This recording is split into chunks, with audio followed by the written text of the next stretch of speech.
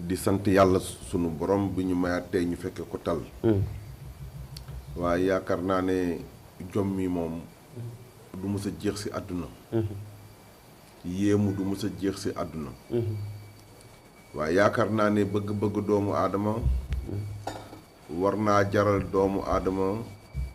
bu fekkee day wax ashhadu an laa ilaaha illallah wa ashhadu anna muhammad rasulullah sallallahu alayhi wa sallam di tegu si dëgg di wax dëgg di jëfe li nga xamante ne nii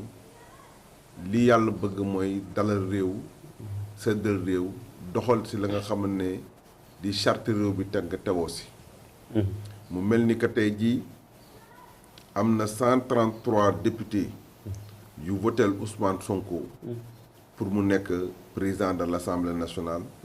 mu mel ni am na bulletin nul 0 mu mel ni am na abstention 1 loolu nag dinañu jaaxal ci réew bi nga xam ne nekk na Sénégal dinañu yóbbu ci méditation bi nga xamante ne ni dinañu fàttaliku démb te li mu ñuy fàttali démb mooy mi ngi ñuy fàttali ki nga xamante ne diggante Senghor ak Mamadou Dia mu mel ni que charte réew mi ndax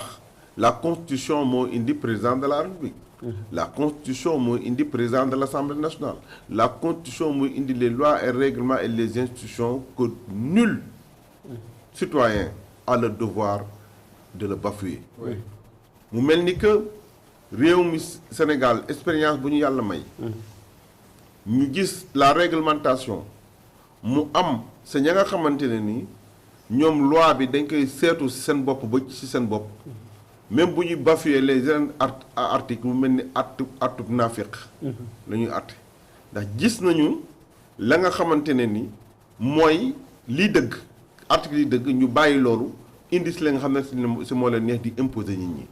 te loolu yëpp li ñu si namm mooy taal réew mi bafouer réglementation réew bi bafouer les institutions bafouer la constitution bafouer les lois et règlements si biir réewu Sénégal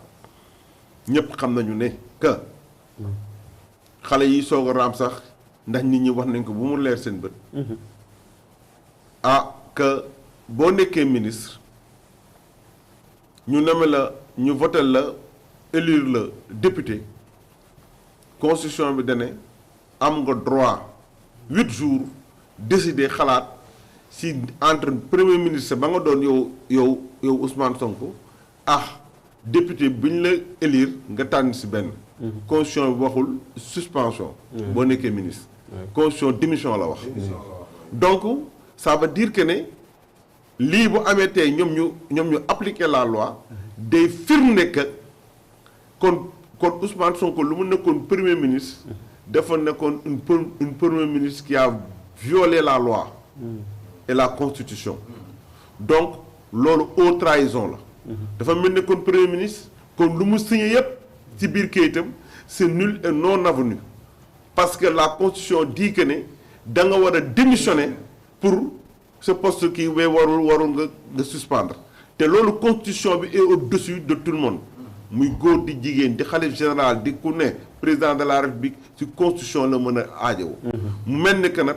la constitution est gravement violée te Sénégal mi ngi doxu kàkkatar te réew du doxu kàkkatar réew day dox ci dëgg réew day dox ci fulla réew day dox ci fayda réew day dox ci su des normes républicains te normes républicains mooy la constitution nañ ko téye respecté ko ndax constitution bu ñu ko violé rek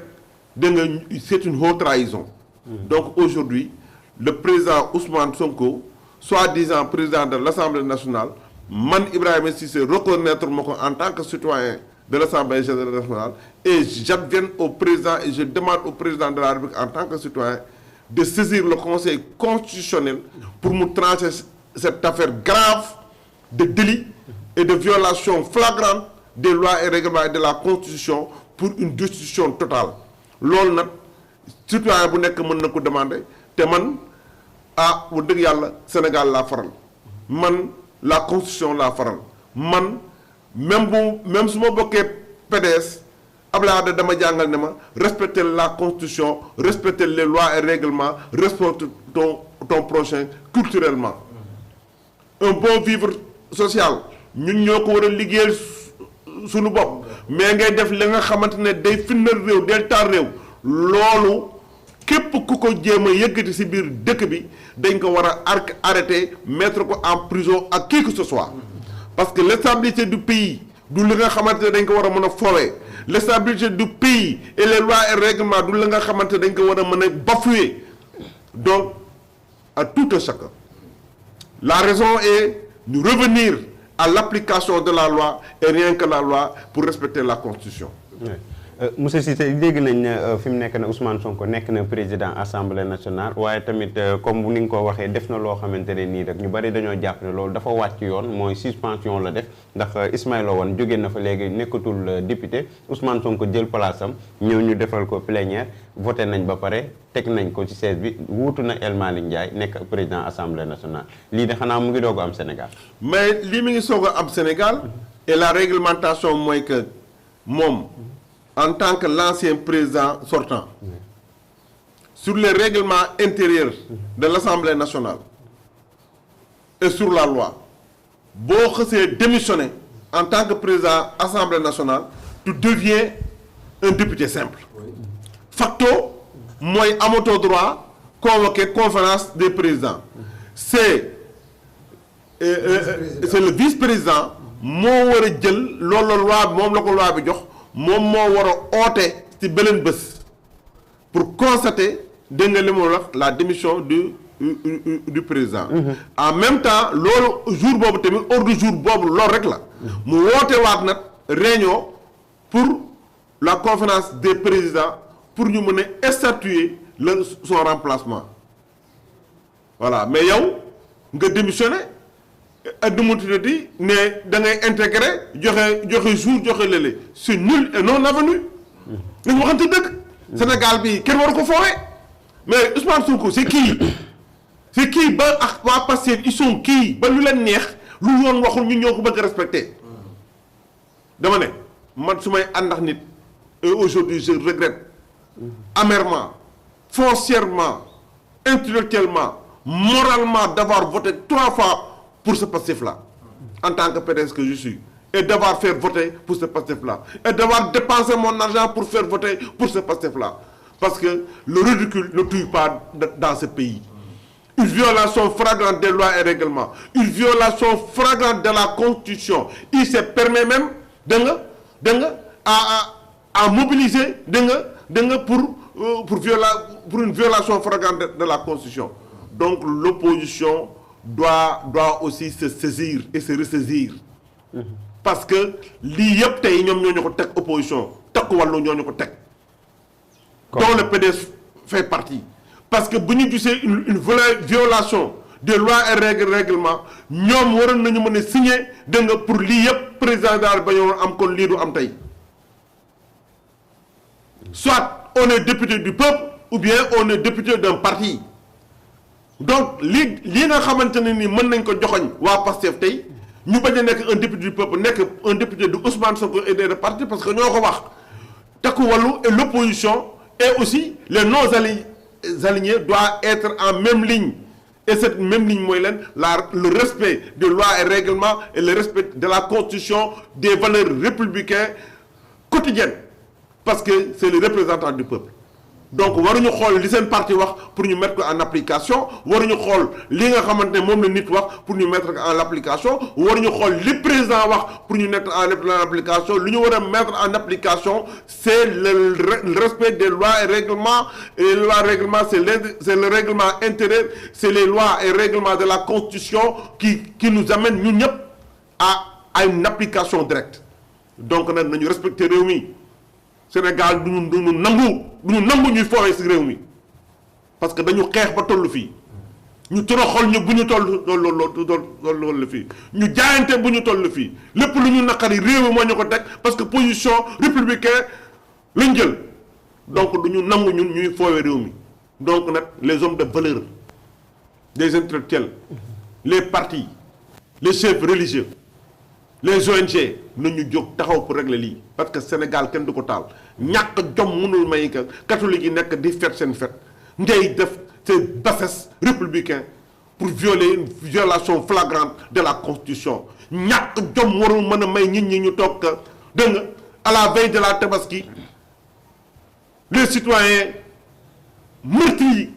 de la violation et de l'augmentation de la vie quotidienne xaalis amul liggéey amul mon vieux nous sommes dans quelle république voyons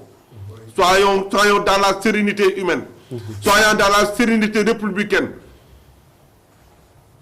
et la sérénité républicaine mooy nañu xool li nga xamante ne moom la population bi soxla moom la population bi bëgg les gens ñu ngi nekk la fête de la Tabaski père de famille amuñu xar ñii war a ñëwal seen yëre amuñu ko ñii jaay mënuñu jaay nga nekk fi di fowee la constitution pour bëgg a tàng de réew bi nag kenn da ko taalaan et j'appelle aux forces de l'ordre à la directeur général de la sécurité nationale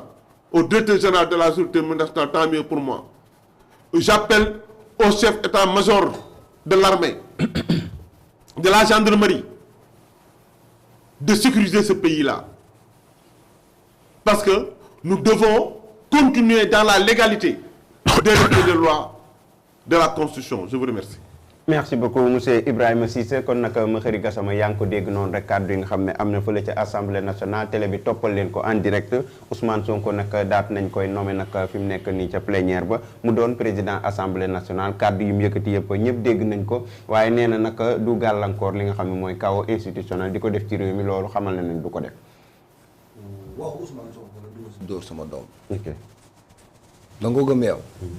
man gëwuma ko man amul lu Sonko di wax ma koy gëm. ci àddina. déet waay. oui. comme du ko def nañ ko topp rek ba xam fu muy. da nga mos a gis lu mu wax def ko. gis nga ko. am naa fond politique aw ma fond politique. dinaa def appel offre dinaa criminaliser góor jigéen. dinaa gis nga lu mu def wax ko. foofu rek laa lay wax c'est-à-dire man nekkuma fi si gars yi fi ñu ne. te beneen affaire dafa am. il parle de moralité. on va convoquer la moralité. pour defal ko leçon de morale moom soi-disant président de l'Assemblée nationale. parce que internautes yi laay waxal ak sénégalais yi. Assemblée nationale député yi Pastef fa nekkoon kese. amul beneen député bu fa ne. donc waa Pastef ñoo fal seen président Assemblée nationale. donc président Assemblée nationale bii nekk foofu président Assemblée nationale Pastef la du suñ président Assemblée nationale. c'est ça la vérité. man du sama président assemblée nationale oui parce que bu fekkee dafa bëgg nekk sama président assemblée nationale daf koy teg ci yoon. tegu ko ci yoon. on a entendu dire que le président de la République a demandé un avis au conseil constitutionnel. d'accord nañ loolu. mais tey tonton Cissé li mu doon wax sànq dëgg la un ministre qui devient député c'est différent d'un député qui devient ministre. wax ji dafa simple. un ministre qui devient député c'est différent d'un député qui devient ministre. léegi nag bu fekkente ne jaay doole ak bu fekkente ne forcing ak bu fekkente ne ni ñu koy waxatee sax jël ay exemple man Sonko xam nga lan moo ma gën a neex si moom. dafa mën populisme. xam nga mu ngi jël exemple si Omar Bundu Xataab. ci mul yi maanaam ci Omar Bundu Xataab ci nguuram ñi nga xamante ne mooy mul yi mooy fas yi wala mbaameeg affaire bu ñuy transporter maanaam bu ñu faqastaloo rek yooyu noonu yëpp daf koy kii. mais Sonko kan la yëpp. mais damay laajte Sonko moom bu mu nekkee premier ministre moom en tant que nguur en tant que premier ministre lan la yëkkatiwul wax ko fii ay nit te neexu leen lan la yëkkatiwul teg ko fii nit te neexu ko dañuy waxtaan rek ba tey mu war a def populisme boobu dem toog naa day jël exemple ci Omar Bun Xataab wala ci Ahmadou Bamba Sonko bu mu la fontoo très sincèrement bu mu ñu fontoo non non xam nga tey dafa am benn affaire sénégalais yi actuellement xoolal contexte Sénégal fu mu toll xoolal tey situation Sénégal fu mu toll xoolal tey aujourd'hui nit ñi ngi jéem a jël oto pour ñibbi seen dëkk yi pour tabaski ji catholique yi démb lañ jógee seen fête xoolal contexte bi est-ce que Sénégal tal na lii pourquoi coûte que coûte maa ngi koy waxaat ñu bëgg Ousmane Sonko am li nga xamante ne mooy comment dire immunité parlementaire mais nag naa la wax benn affaire de le prochain gouvernement xam nga kan mooy nekk premier ministre de la justice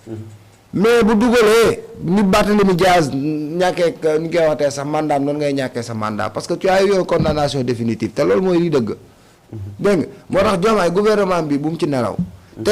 monsieur le président de la république Bassirou Diomaye Diakhar Faye kàddu yi yaak moom vous êtes le garant de la constitution bi yaa ko war a téye yow yaa ko war a aar yow yaa ko war a njagal yow yaa war a respecté lu li nga xamante ne moom mooy constitution bi. lépp loo xamante ne nag fu mu toll nii après installation Ousmane Sonko par ses députés je dis pas par l'Assemblée nationale xew na ci Sénégal vous en avez les responsabilités parce que lii mën nga ko arrêter ah. le président de la République mën na teg article 52 ci kaw table bi. parce que Sonko waxam yii muy wax c'est pour tout simplement dorloter les gens. bu ko kenn gëm te du dëgg ay je ne vais pas am ne du ma indi dëkk bi ci ay crise d'institution wala ci ay kaw loolu méngoowul ak li nga xamante ne moom la bëgg a def xam nga lu tax soo ay gouvernement boo xamante ne lañ nar a am ñu samp ko saa su ko neexee ministre yi di jaabante biir assemblée nationale di génn mooy di convoqué ñuy dugg di génn koy convoqué muy dugg di génn nu muy taree liggéey ministre boo xamante ne da nga ko fal muy toog di xalaat ne bu war a liggéey muy toog di xalaat ne assemblée nationale kat mun nangam ak nangam kooku nan lay talee liggéey dañuy waxante dëgg tey aujourd'hui Ousmane Sonko dafa échec ci li nga xamante ne daf ko bëggoon def yëpp mais xañ na jàmm sénégalais yi xañ jàmm boo xamante ne il faut mu dem assemblée nationale pour mun a indi ay problème ñi nga jomaay nag soit day jël ay responsabilités soit ñu jël suñuy responsabilité c'est à lui de voir.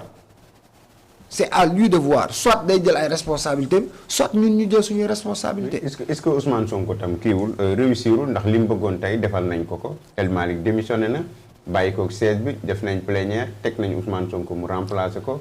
léegi Ousmane Sonko jógee na jàq nañ ko ci primature nekk na président assemblée. xam nga ñoom. dañ gaaw a jubilé. waaye ku sa xel gàtt rek kay jubilé ci lii. ku xamul politique ay jubilé ci lii. ku yaakaar ne ñoom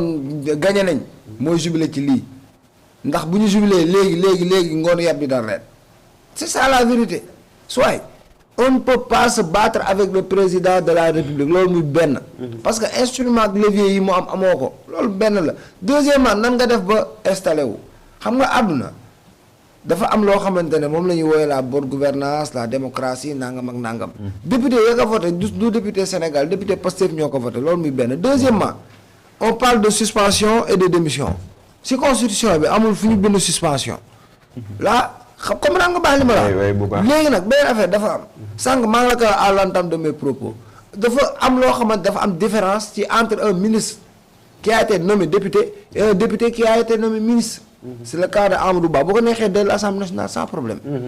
dégg nga léegi moo amaat beneen affaire boo xamante ne muy article 62 mi ngi ci kaw table bi par rapport à la condamnation définitive jurisprudence Barthélémy Dias dañ koy woowee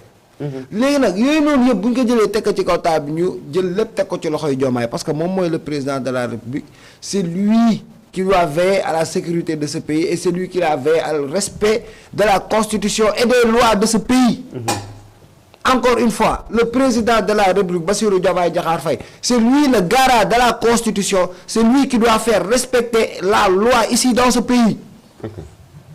c'est ses responsabilités c'est ses prérogatives à lui donc monsieur le président dañ la koy ñaan solennellement dañ la koy ñaan ak yar dañ la koy ñaan ak teggin lu teguwul ci dëgg du dëgg te lu teguwul ci dëgg yow waraloo ko encourager te lu teguwul ci dëgg yow président de la République yar bi dafa war a jug te lu teguwul ci dëgg yow président de la République au soir de 2029 nous allons te demander est-ce que vous avez gardé notre constitution parce que vous êtes le garant de la constitution léegi nag wax ji tungu ne du teew ñuy nataal wax ji jarul muy gudd jarul muy gàtt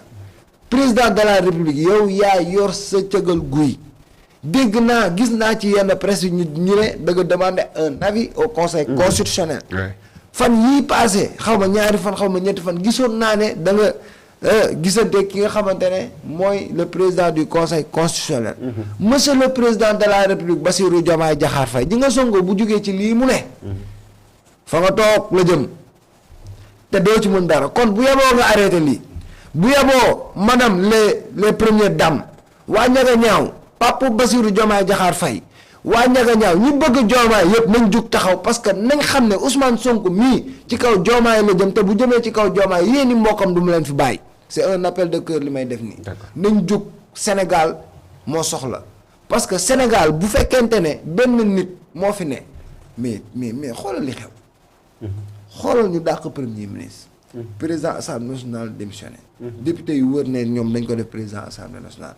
loolu lépp pour plaisir benn doomu aadama. sénégalais yi nekk fi président de la république nekk fi moo tax message bi na ko gars yi dagg dugal ko président ñi ngi toog di la déglu. vous êtes le gardien de la constitution loolu moom tey moom xam naa moom émission yu mu munti def ak fu ma ko munti defee lii moom di nga ko dégg mooy président Diomaye vous êtes le gardien de la constitution et vous êtes tenu de faire respecter la loi loolu moom président ñu ngi la ciy xaar merci beaucoup. merci beaucoup Makhari Gassama kon nag mu ngi noonu rek Aïssata Tall Sall au président Diomaye après l'Assemblée c'est à ton fauteuil que la majorité s'en prendra loolu nag ki ko wax rek